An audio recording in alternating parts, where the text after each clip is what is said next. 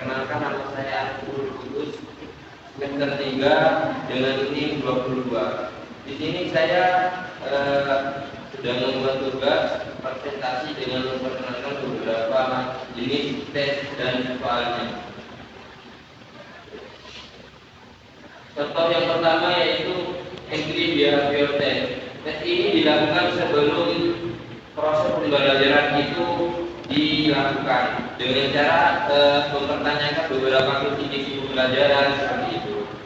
Contohnya yaitu yang pertama, apa yang dimaksud dengan buku penawaran dan permintaan dan jelaskan dengan contohnya.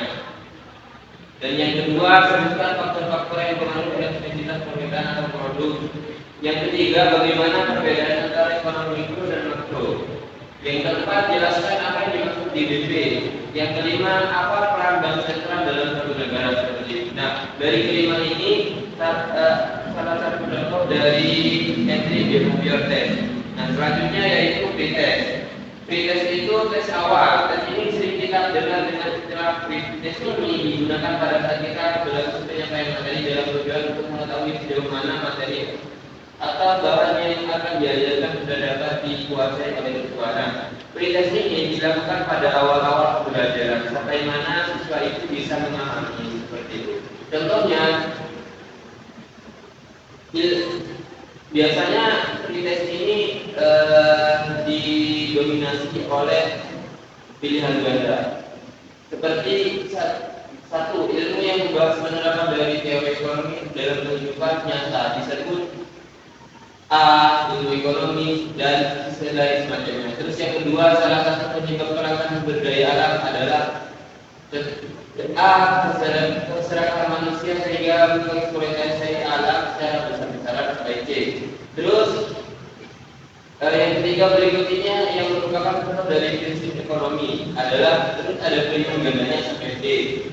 Seterusnya ada yang terakhir yaitu kelangkaan sumber daya pilihan dari sudut ekonomi disebabkan oleh faktor A, keterbatasan sehingga sampai D, seperti itu. Yang ketiga ada post-test.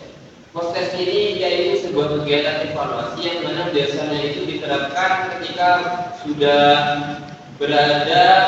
Seterusnya yang ketiga di sini ada post-test.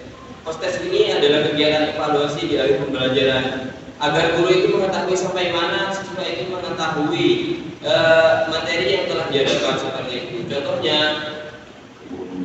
seperti pertama, jelaskan hukum permintaan menurut hukum ekonomi. Terus yang kedua, apa perbedaan antara elastisitas permintaan dan penawaran. Yang ketiga, bagaimana cara menentukan produk domestik bruto ataupun PDB dalam suatu negara. Yang keempat, apa yang dimaksud dengan inflasi dan bagaimana dampaknya terhadap ekonomi. Nah, yang terakhir jelaskan perbedaan antara ekonomi mikro dan makro seperti itu. Yang terakhir ada embedded test. Tes ini diberikan di sela-sela pembelajaran sedang berlangsung.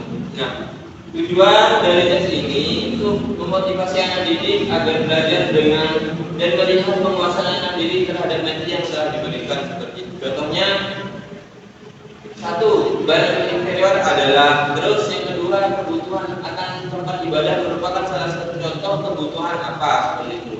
Yang ketiga, Bank Sentral Asia ataupun BCA adalah bank sentral yang melaksanakan kegiatan usaha secara konvensional yang dalam kegiatannya memberikan jasa lintas pembayaran BCA. BCA ini termasuk jenis bank apa seperti itu. Yang keempat, kelangkaan itu apa seperti itu. Yang terakhir ada sistem ekonomi tradisional memiliki kelemahan. Nah, kelemahan itu apa saja sepertinya.